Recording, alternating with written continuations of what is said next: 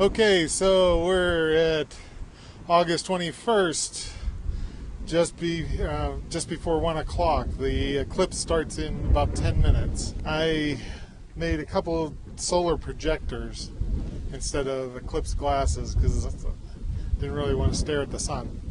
The solar projector magnifies the image of the sun and projects it onto a piece of paper. So like this machine was a junk lens that I took out of a piece of equipment that was being thrown away. It was an old copying machine. It has a fairly long focal length, about a foot.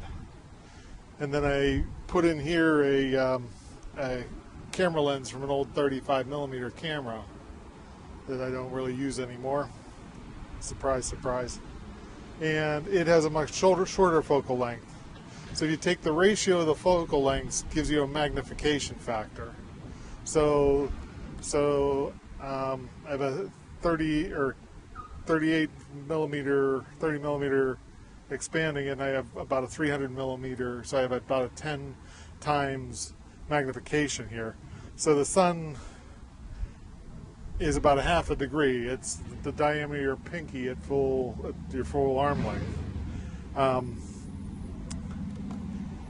Without magnification, I'd make an image that would be very similar. If I take my glasses here, this has a 1 meter focal length. There's a picture of the sun. It's not very big to look at. So this is making an image of the sun in the middle of the tube right about here that is smaller than that. And then the second lens is projecting that image on a piece of paper at the bottom. And you can look in there, and I get about a 3-inch image of the sun, 2.8 inches. This is a standard telescope, and it is absolutely not safe to look in the eyepiece. It's even worse than trying to look you couldn't even look in the eyepiece if you had eclipse glasses, because this is taking all the energy that's coming in this lens that's 2.5 inches in diameter, and it would be putting all that to your eye. And the eclipse glasses aren't dark enough to attenuate that to where you wouldn't burn up your eye. But the eyepiece is, again, this is 700 millimeter focal length. This is a much shorter, like 25 millimeter. And this magnifies the image. And if I get looking at the shadow on the ground, if I get the tube to be directly from the sun, I can get the image of the sun to be projected onto the screen. Since the sun's a half degree in diameter and is moving at 15 degrees per hour, it takes about 2 minutes for it to travel its entire diameter. So this contraption is to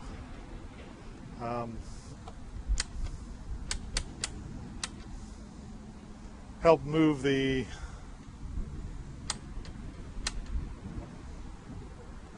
image in small increments to keep that sun's going to move its own diameter every 2 minutes.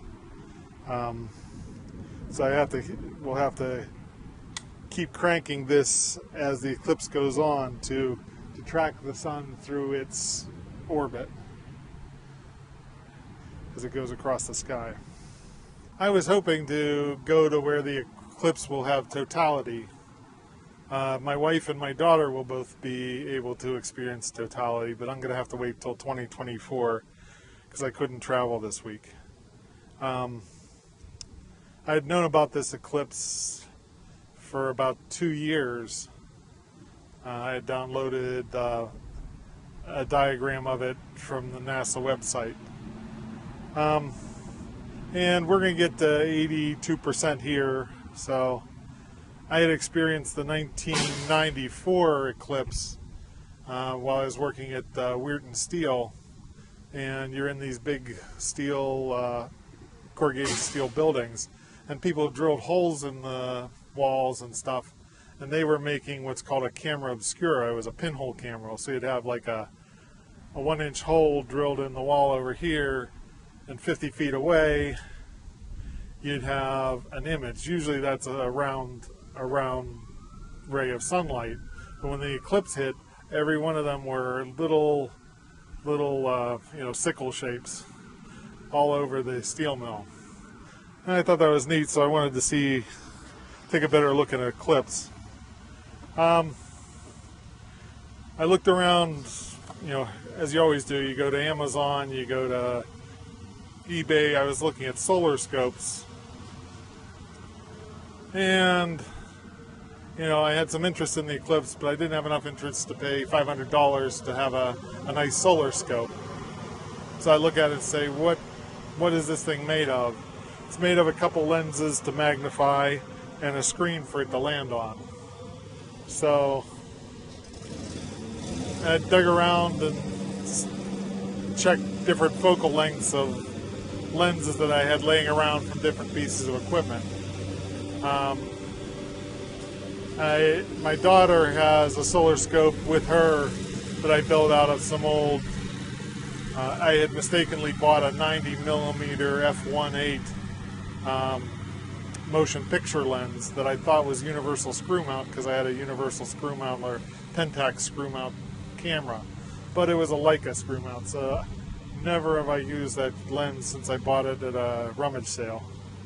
And I used actually a 13mm from an actual 8mm movie camera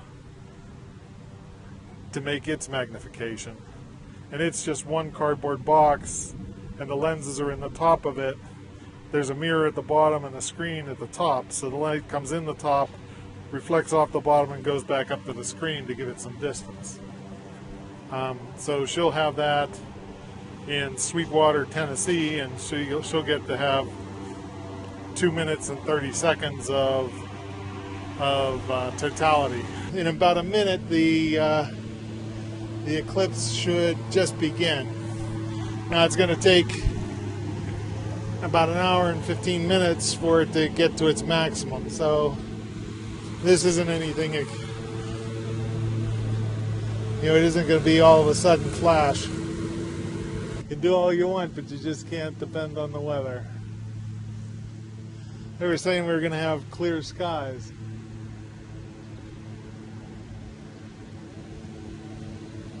I still see a lot of clouds myself.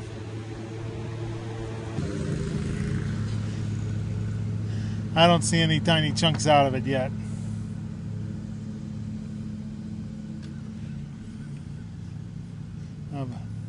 To record this, I have a regular camcorder, but I've put on an adjustable neutral density filter to cut out most all of the light. And I have that adjusted down until it make it kind of go dark. And I have that trying to take a picture of the whole sky.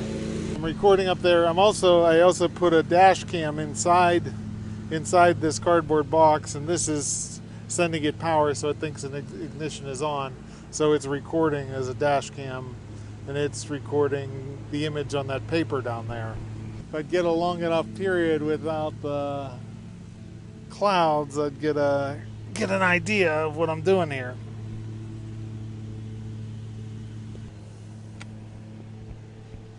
Here we can see the first part of the eclipse here if you come in and look down at it. You can see the edge is taken off the sun because the moon's trying to lap the sun. If you watch the moon over the past couple days, a week ago it would have been a quarter moon and be over here relative to the sun, and the next day with the sun in the same part here, next day it'd be here, next day it'd be here. Today, as the sun's coming past, the moon's is going to move past it. The moon makes a lap every 27.3 days. the moon's orbit is on a 5-degree incline to where the sun is, and the moon's 2,000 miles in diameter, and it's 240,000 miles away.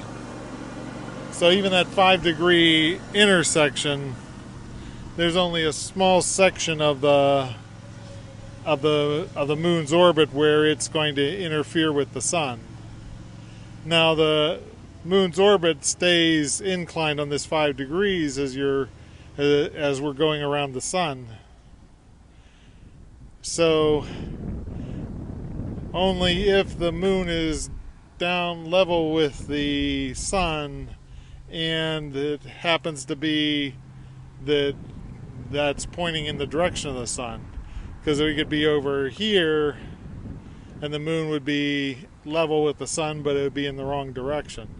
So you don't hit these eclipses even every year. And then for it to land on land, well, there's a lot more ocean than land. For it to land in the United States, that's extra special too. This one is cutting diagonally from Oregon down to South Carolina. The one in 7 years will actually be cutting up across the United States. It won't be quite full for us here. It'll be closer. To go into totality, you'll have to go over to Columbus or up to Erie, pretty much to run into the totality. So that's where hopefully I'm going to be in 7 years.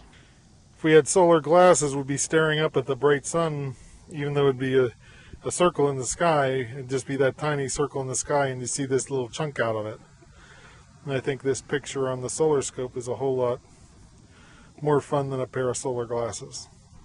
Yeah, this telescope comes with a little spotter scope that goes onto these screws, and even that is more unsafe to look at than looking with solar glasses. So just trying to watch if the shadow of this tube, because if we get this pointed right at the sun, this shadow on the ground, if we get rid of the clouds, if we can get it to where it's showing a straight, just one circle there for this whole tube, then we should be in line with it. Well, the clouds were about to break, but now it's starting to have a downpour. Oh well. I may not melt, but my cardboard solar projector might. But it's got heavy duty double wall boxes, so it'll last for an hour or two. But we're still lingering on that cloud, but it seems to have a good bit of clear sky after that.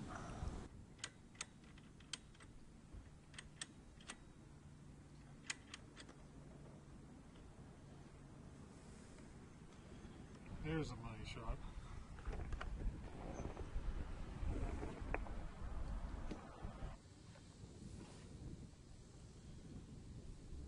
I moved my camcorder over closer to the school to try to get, however, it wasn't pointing at the right place in the sky. It's, even if you know what angle it's going to be at, it's hard to imagine where that angle is in the viewfinder of the camcorder to point at the right place to be set up for it. So I was aimed too low, and when I got it up to where it was seeing the eclipse, seeing the sun, it was over top of the whole top of the schoolhouse.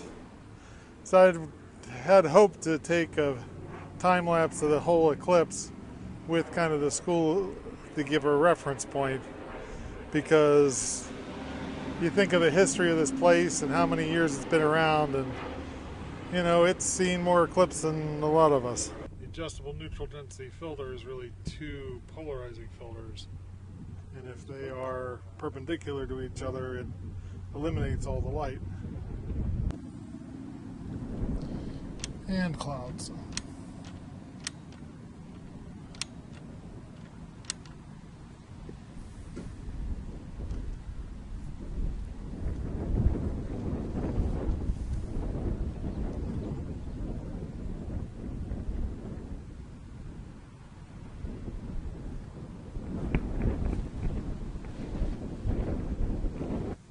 They've been asking me, why in the world would I do this? Well,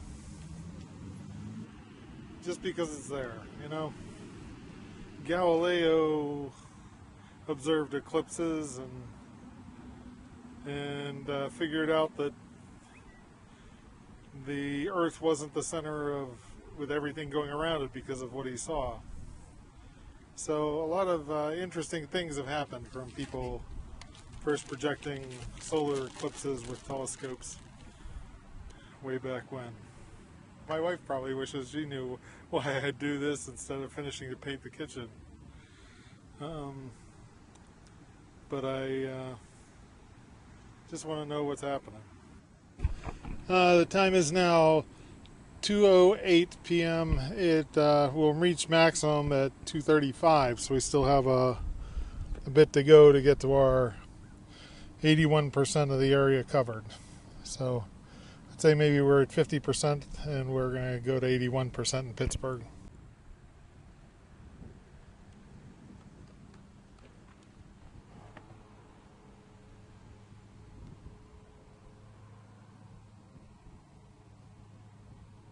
I saw instructions on how to buy a certain size funnel from AutoZone and stretch a material across the end of it to make a rear projection screen.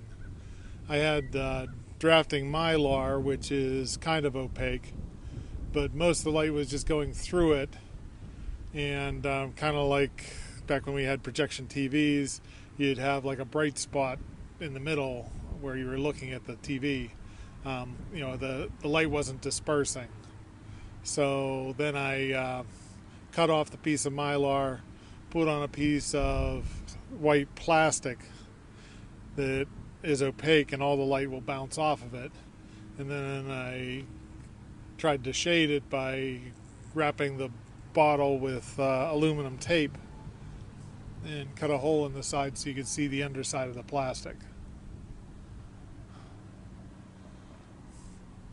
Sometimes people will have like a cardboard, just have our cardboard box sitting beside their telescope on the ground, and they'll have it projecting, you know, a longer distance. And if you have the, you know, depends on the ratio of your focal lengths to give you your magnification and how far away you want to be to see that picture. Even those pictures aren't as good as you're going to see on Discovery Channel. It's a little more fun to be here making them myself than, you know, watching the clips on TV.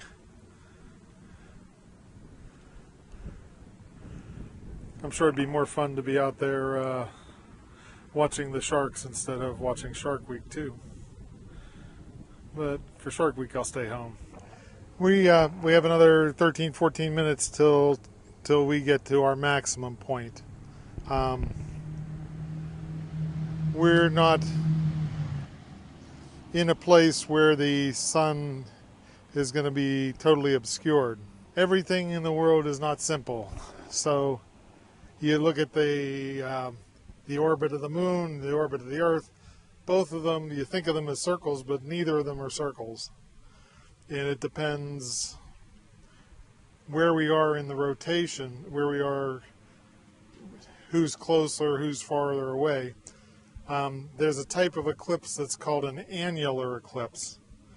And the annular eclipse happens when the distance between us and the moon is further away and the distance to us and the sun is closer. So the sun's a little bit bigger and the moon's a little bit smaller. In an annular eclipse, the moon will come up and get centered right on top of the sun, but it won't be big enough to cover it. The ratios of the diameters and the distance to them, the moon's close to 1/200th or 1/400th the size of the sun, but it's 400 times closer, give or take a little bit. So this eclipse, where they're going to have totality down in Nashville, they gave it a rating of like 1.03. So that means that the diameter of the moon is 3% larger than the diameter of the sun. so they will cover for more than just barely cover. They'll cover for a little bit of time. On an annular eclipse, you would have a ratio of like 0.995, and the moon would be 99.5% the diameter of the sun. And it's just coincidence that they're real close like this. Lunar eclipses are more common because the Earth is 8,000 miles in diameter instead of 2,000 miles in diameter. So it has a lot bigger shadow to try to block out the sun from getting to the moon. Right about 2:30, 2:29, 2:30, we're almost at the maximum that we're going to see. It's just a sliver in both of these right now. There's